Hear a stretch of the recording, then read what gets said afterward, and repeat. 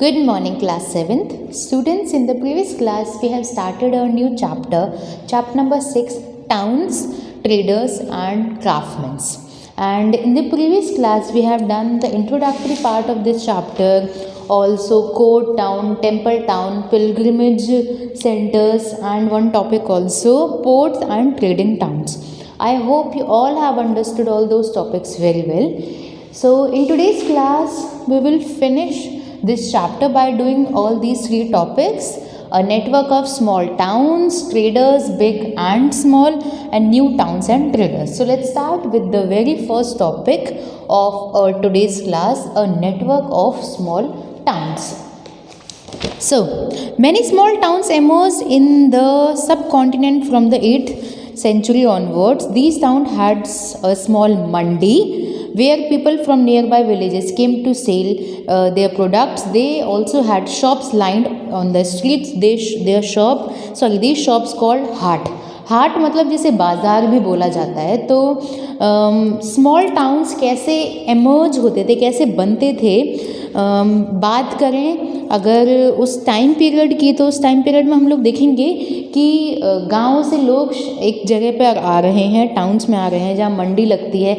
लोग अपना सामान बेचते हैं, अपने प्रोडक्ट्स को लाते हैं, उनके प्रोडक्ट्स के लिए वो एक तरीके से शॉप्स लगाते हैं, लाइन वाइज स्ट्रीट जैसे बना देते हैं, जिसे हम बोलते हैं हाट या बाज़ार.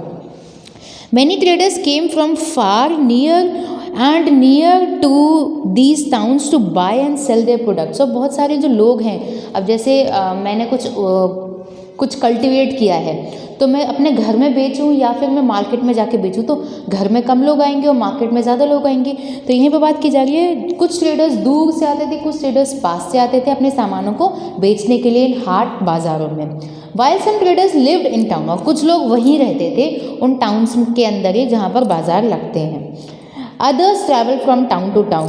Many came from far and near to these towns to buy local articles and sell products of distant places like horses, salt, camphor, saffron, betel nut, spices like pepper. तो यहाँ पर कुछ प्रोडक्ट्स के नाम दिए गए हैं जो कि ट्रेडर्स बेचने के लिए और ख़रीदने के लिए आते हैं. In later times, Samant or a Zamindar built a fortified palace near these towns. They levied taxes on traders, artisans, and articles of trades, and some donated the right to collect these taxes to local temples which had been built by themselves or by rich merchants. These rights were recorded in inscription that have survived to this day. तो कुछ उस अगले time period के बाद, in time period के बाद सामंत और ज़मींदारों ने क्या किया, उस जगह को फोर्टिफाई मतलब किले बंद कर दिया, और उस किले बंद जगह में जो स्ट्रीट लगते हैं, जो हाट या बाज़ार लग रहे हैं, उनसे पैसे लिए जाते थे as in the form of tax. उन टैक्सेस को कहाँ पर हम लोग एक तरीके से मंदिर बनवाने के लिए यूज़ में ले रहे हैं, अपनी आन बान शान को दिखाने के लिए यूज़ में ले रहे हैं. बाय रिच मर्चेंट्स या फिर लोकल जो राजा है वो बनवा रहा है. तो एक तरीके से यहाँ पर हाट और बाज़ार लगे, उसके बदले आज तक भी जहाँ आप अपना जो बाज़ार लगा रहे हो, जो चीज़ें बेच रहे हो, उसके बदले में आपको टैक्स देना ही पड़ता था.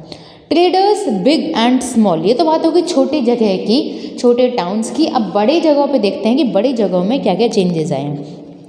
There were many kinds of traders. Traders, especially horse traders, formed association with headmen who negotiate on the behalf with warriors. These traders travel in caravans and form guilds to protect their interest. These guilds traded within the peninsula and with south east Asia and China. यहाँ पर घोड़ों के बेचने की बात की जा रही है कि वॉर्स में जो हॉर्सेस हैं उनको बहुत काम में लिया जाता था, तो हॉर्सेस को बेचने के लिए भी ट्रेडर्स एक जगह से दूसरी जगह ट्रैवल करते थे और उनकी रक्षा भी की जाती थी ताकि कोई उनके हॉर्सेस को चुरा ना ले. There were also communities like Chettiars and the Marwari Oswal who went to on to become the main trading groups of the country. Gujarat traders, Muslim Bohras traded extensively. अब रेड सी, पर्शियन गल्फ, ये जो हम लोग अगर वेस्टर्न डायरेक्शन की तरफ जाएंगे तो पर्शियन गल्फ है, रेड सी है, चाइना इधर है, ईस्ट एशिया इधर है. यहाँ पर टेक्सटाइल, स्पाइसेस गोल्ड आइवरी एक जगह से दूसरी जगह एक्सचेंज की जा रही है, हम लोग अफ्रीका से मंगा रहे हैं, China, blue pottery, south east Asia, ये सारी चीज़ें एक जगह से दूसरी जगह ट्रेड की जा रही हैं। The towns of the west coast were home to Arab, Persian and Chinese Jewish traders. अगर वेस्टर्न डायरेक्शन की बात करें तो वेस्टर्न में जितने भी इंपॉर्टेंट कंट्रीज़ हैं वेस्टर्न डायरेक्शन ऑफ इंडिया के, उनसे व्यापार बहुत ज़्यादा अच्छे थे। और क्या चीज़, सॉरी कौन सी जगह से, अरब हो गया, पर्शियन हो गया, चाइनीज़ इधर है। इंडियन स्पाइसेस और clothes in the ports of the Red Sea वो परचेज बाय इटालियन ट्रेडर्स। ठीक है, इटली के ट्रेडर्स हमारे कपड़ों को खरीदते थे। These commodities reach the European market at very high profit. Spices grown in tropical climate जैसे pepper, cinnamon, nutmeg, dry ginger became an important part of European cooking and cotton clothes were very attractive. This eventually drew European traders to India. अब India एक rich country था, prosperous country था, तो India में हम बहुत ही fine quality का कॉटन एंड फाइन क्वालिटी के स्पाइसेस कल्टिवेट करते थे, और इसकी डिमांड पूरी दुनिया में तो थी ही थी, स्पेशली यूरोप में बहुत ज़्यादा थी, क्योंकि यूरोप एक ठंडा इलाका है, ठंडे इलाके में उन्हें गर्म चीज़ों की ज़रूरत पड़ती है। तो ये जो स्पाइसेस है ना, ये स्पाइसेस मेडिसिनल होने के साथ साथ वहाँ पे बहुत ज़्यादा इंपॉर्टेंस रखते थे। जैसे पेपर हो गया, सिनेमन हो गया, तो इनकी वहाँ पे बहुत ज़्यादा डिमांड थी, जिस वजह से यूरोपियन ट्रेडर्स कहाँ आने के लिए एक तरीके से बाध्य हो गए, वो बाध्य हो गए, प्रेशराइज हो गए इंडिया आने के लिए।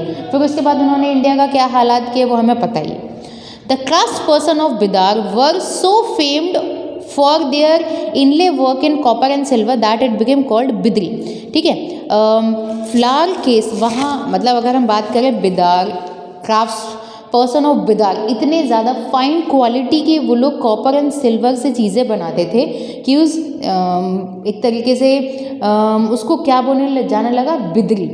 The Panchla community consists of goldsmith, bronzesmith, masons, carpenters. They played an important role in construction of temple, palaces, tanks and reservoirs. अब जैसे मंदिर बनाने में हमें कारीगरों की ज़रूरत पड़ती है, तो पांचला कम्युनिटी इनमें सर्वप्रथम थी, बहुत एडवांस थी। Similarly, weavers such as Salyar or Kaikolaras emerged as prosperous community making donations to temples. अब यहाँ पर वीवर्स की बात की जाए, उनमें भी इन कम्युनिटीज़ के यहाँ पर हमने नाम ले लिए हैं जो प्रोस्पेरस कम्युनिटीज़ हैं, जो कि डोनेशंस देती हैं टेम्पल्स को।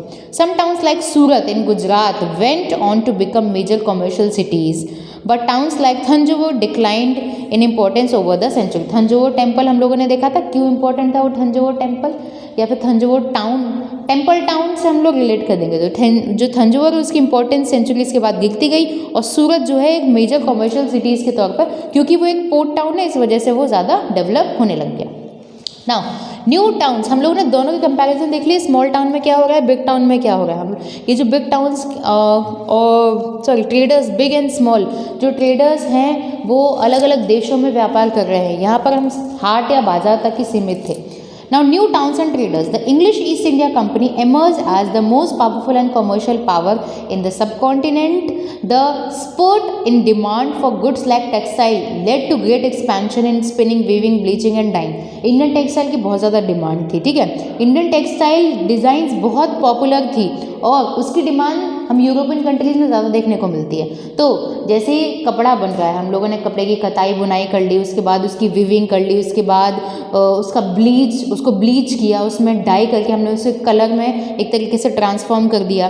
तो डिमांड के साथ साथ हमारे टेक्सटाइल में भी एक तरीके से हम लोग बोलेंगे टेक्नोलॉजिकल एडवांसमेंट आ रहे थे। The 18th century saw the rise in major cities like Bombay, Calcutta, Madras. Crafts and commerce underwent major changes as the interdependence of craftsperson declined. Weavers no longer had the liberty of weaving their own patterns. On the contrary, they had to reproduce the design given by them. The companies, धीरे धीरे क्या होता है, जब चीज़ें हम लोग बहुत अच्छी बनाने लग जाते हैं, लोग हम पे आकर एक तरीके से हुकूमत जमाने लग जाते हैं। वही बात हो गई, वीवर्स इंडिपेंडेंटली अपना काम नहीं कर पा रहे थे, उन्हें जो काम दिया जाता था, जो डिज़ाइन दी जाती थी, उसको ही वो लोग इनकॉर्पोरेट करते थे। They now began to work on a system of advances which meant that they had to weave cloths as promised to European agents. European agents, वैसे ही हम लोग पूरी हिस्ट्री, हम लोग 8th क्लास में ज़्यादा हिस्ट्री देखने को मिलेगी कि क्या क्या हुआ था, उससे रिलेटेड एक अलग से चैप्टर है आपकी 8th क्लास में। सो इस पॉइंट में हम लोग देखेंगे कि धीरे धीरे एक तरीके से हम लोग जो वीवर्स है वो अंडर किसके अंडर काम करने लग गए थे, यहाँ पर अंडर काम करने लगे थे यूरोपियन एजेंट्स के, जैसा वो बोलते थे वैसा ही बनाते थे। Moreover merchant asians artisans and weavers were moved into black towns.